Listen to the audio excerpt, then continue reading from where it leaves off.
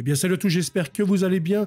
On se retrouve aujourd'hui dans une toute nouvelle vidéo et nous allons parler aujourd'hui de cet hôtel qui a été endommagé par le feu dans l'Orléanais, et c'est l'église Saint-Pierre-et-Liens, je ne sais pas comment ça se prononce, à Boigny-sur-Beaune, donc vers Orléans, qui a été incendiée. Et cette fois-ci, apparemment, c'est vraiment accidentel parce qu'une multiprise serait responsable de cet incident. Donc en fait, ce qui se serait passé, c'est que il y a eu une surchauffe au niveau de la multiprise, ça a commencé à fondre et ça a commencé à embraser en fait les câbles, etc. Parce que c'était un petit luminaire qui était accroché à côté des guirlandes de la crèche. Et en fait, tout a commencé à s'embraser ici. Et en fait, cette crèche était placée à côté de l'hôtel, en dessous de l'hôtel. Et donc, les flammes ont également brûlé l'hôtel. Pour une fois, c'est accidentel. Et d'ailleurs, dans la dernière vidéo sur l'église du Québec, au Québec, qui a été brûlée à Saint-Jérôme, j'expliquais qu'il y avait peut-être aussi donc une épidémie de multiprises. En fait, peut-être qu'il y a eu des problèmes techniques avec des fabrications de multiprises parce que on en voit beaucoup des accidents de multiprises. En tout cas, c'est malheureux parce que cette petite église va devoir fermer pour Noël. Alors que là, on est en pleine fête de Noël. Nous allons fêter la nativité dans quelques jours. Cette église sera fermée aux fidèles, malheureusement. Les fidèles devront changer d'église et aller fêter la nativité ailleurs. C'est très malheureux, mais au moins, il n'y a que ça, j'ai envie de dire, qui a été endommagé. Et heureusement, parce qu'en fait, si vous voulez, c'est le gardien, un petit peu entre guillemets, qui vient fermer les portes le soir.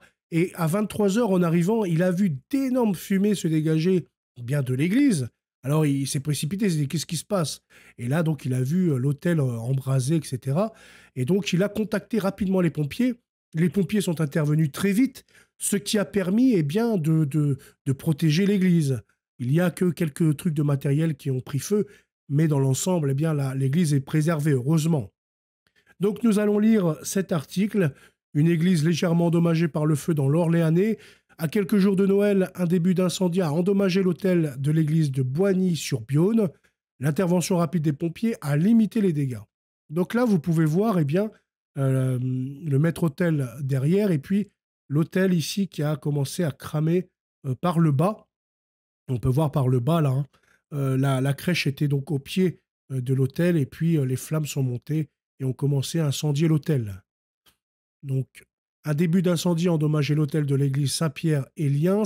Je ne sais pas comment ça se prononce, l'église Saint-Pierre-et-Liens. Je ne sais pas si c'est bien écrit ou pas par le journaliste. En tout cas, je n'ai pas recherché de mon côté. À Boigny-sur-Beaune, construite au XIIIe siècle. L'alerte a donc été donnée vers 23 h le mercredi 18 décembre par la personne chargée de la fermeture des portes qui a retrouvé l'église envahie par la fumée. Grâce, comme je l'ai dit, à l'intervention rapide d'une vingtaine de pompiers qui sont arrivés avec 2 camions, les flammes ont été maîtrisées rapidement et les dégâts ont été considérablement limités. Selon les premières informations, seul l'hôtel principal a été endommagé. L'inquiétude a rapidement gagné les premiers témoins. Parmi les premiers arrivés sur les lieux, Luc Debray, président de RCF Loiret, mais aussi l'un des animateurs de l'émission Fraternité Loiret et membre de l'équipe pastorale de Notre-Dame de la Beaune. Hier soir, à 23 h, un ami pompier m'a appelé pour m'informer qu'un incendie s'était déclaré à l'église de Boigny et que les secours étaient en route, raconte alors le témoin. Ces luminaires étaient alimentés en 220 volts. Cela a provoqué un court-circuit, enflammant également des écorces sous les bougies. Je me suis donc rendu immédiatement sur place, car j'ai les clés de l'église, ma femme étant déléguée paroissiale. Selon M. Debray, l'inquiétude a rapidement gagné les premiers témoins. Lorsque nous avons ouvert la porte, tout était noir de fumée. Nous avons eu très peur en voyant que c'était l'hôtel avec les décorations de Noël qui étaient en feu. Donc, comme je l'ai dit, c'est accidentel, c'est une crèche de Noël qui est à l'origine des flammes. Les flammes se sont effectivement développées autour de la crèche, installée au pied de l'hôtel.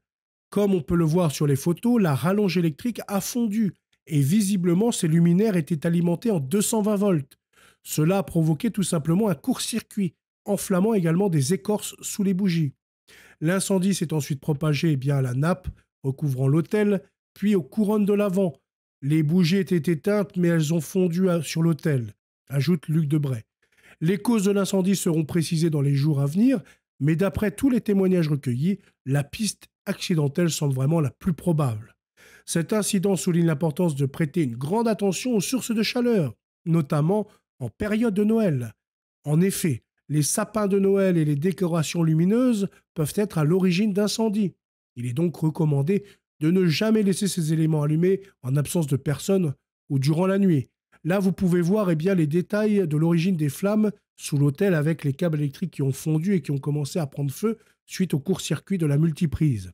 Donc là, vous voyez, on peut dire on peut être sûr même de dire que c'était accidentel. Là, nous avons toutes les images, nous avons les preuves, les témoignages recueillis, etc. Là, on peut pas faire nous-mêmes, on peut pas de nous-mêmes, voilà, faire un court-circuit. Là, on voit bien que c'est un court-circuit électrique, c'est un incendie électrique. Mais on a certains articles où ils disent non, non, mais c'est accidentel, hein. Et puis en source, crois-moi, quoi. Il n'y a pas, il y a aucune photo, il n'y a rien, faut les croire sur parole. Que là, RCF a fait plutôt un très bon article en indiquant, en mettant les photographies pour qu'on puisse s'en rendre compte et puis qu'on puisse discerner nous-mêmes. Donc, voilà pour cette petite église. Il y a plus de peur que de mal. Malheureusement, les catholiques ne pourront peut-être pas fêter la nativité dedans. Ça dépend combien de temps ça met enfin, ça dépend l'impact de l'hôtel, surtout comment il a été touché, etc. Et puis ce qu'il faut faire derrière par l'évêque. En tout cas, voilà, j'espère que cette vidéo vous aura plu. Je vous souhaite une bonne soirée. À bientôt. Salut!